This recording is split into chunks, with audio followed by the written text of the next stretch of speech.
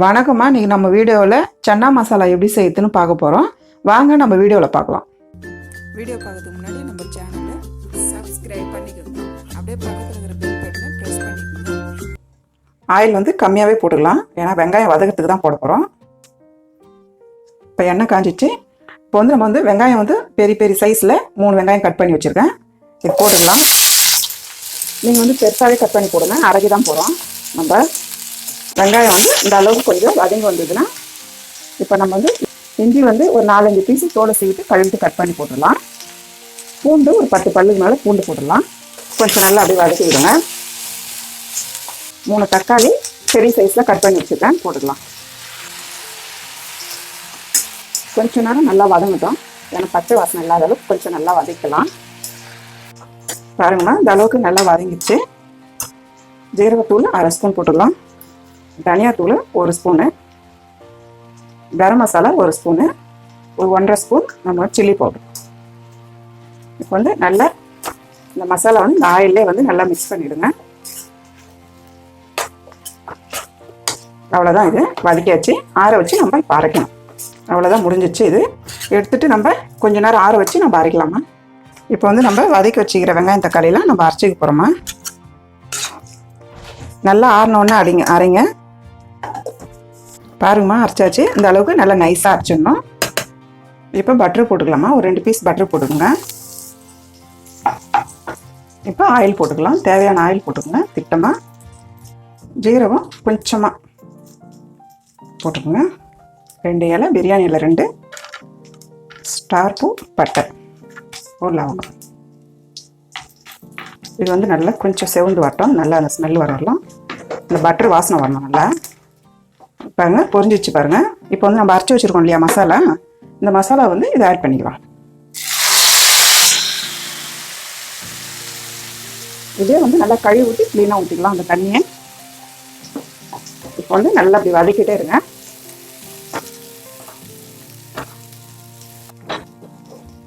Butter இது போடுறோன்னா அந்த வாசனைக்காக, பட்டரோட வாசனை ரொம்ப நல்லா இருக்கும், அதுக்காக தான் நான் கொஞ்சம் பட்டர் போடுறேன். நீங்கள் போடலைன்னா ஆயில் கூட போடுங்க, ஆனால் போட்டால் நல்லாயிருக்கும். மூக்கடலை வந்து இந்த மாதிரி வெள்ளை மூக்கடலையும் போடலாம், கருப்பு மூக்கடலையும் போடலாம். அதிகம் வெள்ளை மூக்கடலை போடுங்க. இது வந்து ஒரு 5 மணி நேரம் காலையில் நம்ம செய்ய போகிறோன்னா நைட்டு ஊற வச்சுடுங்க, நல்லா ஊறிடும். நீங்கள் குக்கர்லேயோ இல்லை பாத்திரத்துலையோ எதில் போட்டு வேக வச்சாலும் இந்த மாதிரி நல்லா மசிஞ்சிடும். பாருங்கள், மாவு மாதிரி ஆயிடுச்சு பாருங்கள். கொஞ்சம் உப்பு போட்டு வேக வச்சு வச்சுருங்க. பாருங்கள், நம்ம வந்து வேக வச்சுருக்கோம் இல்லைங்களா, அந்த தண்ணியோட ஊற்றுங்க, வடிகட்டி ஊற்றாதீங்க. மூக்கடலை தண்ணி வந்து நல்லா டேஸ்ட் கொடுக்கும். உப்பு வந்து தேவையான அளவு போட்டுக்கோங்க. திட்டமாக 2 பச்சை மிளகாய் கீரி போட்டுக்கோங்கம்மா. நல்லா கிளறி விட்டு ஒரு 10 நிமிஷம் மூடி வச்சிங்கன்னா நமக்கு சன்னா மசாலா ரெடி ஆகிடும். 10 நிமிஷம் ஆயிடுச்சுமா, ஓப்பன் பண்ணி பார்க்கலாம். பாருங்கள், கரெக்டாக ஆயிடுச்சு பாருங்கள். இப்போ வந்து நான் 1/2 கப்பு க்ரீம் போட போகிறேன். நீங்கள் க்ரீம் கிடைச்சா வாங்கி போடுங்க. க்ரீம் இல்லாதவங்க பாலை காய்ச்சி, திக்காக கொஞ்சம் பாலை காய்ச்சி பால் ஊற்றிக்கலாம்.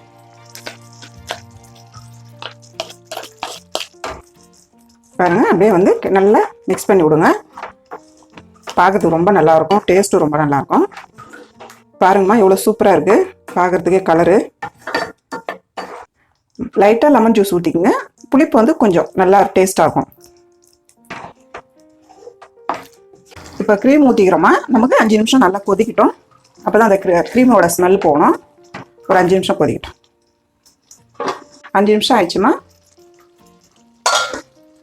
பாருங்க, நம்ம வந்து க்ரீம் போட்டு நல்லா கொதிச்சிச்சு. கஸ்தூரி மெத்தி இது வந்து சூப்பர் மார்க்கெட்டில் கிடைக்கும். நீங்கள் வாங்கி நல்லா அப்படி கசக்கிட்டு போட்டிங்கன்னா சன்னாவோட வாசனை நல்லா தூக்கி கொடுக்கும். நல்லா கமகமன்னு வாசனையாக இருக்கும், சாப்பிட்றது நல்லா டேஸ்ட்டாக இருக்கும். கொஞ்சமாக போடுங்க, இறக்கும் போது தான். அவ்வளோதாம்மா, சன்னா மசாலா ரெடி. அவ்வளோதாம்மா, சன்னா மசாலா ரெடி ஆயிடுச்சு. நீங்களும் வீட்டில் செஞ்சு பாருங்கள். இந்த வீடியோ உங்களுக்கு பிடிச்சிருந்தா லைக் பண்ணுங்கள், ஷேர் பண்ணுங்கள்.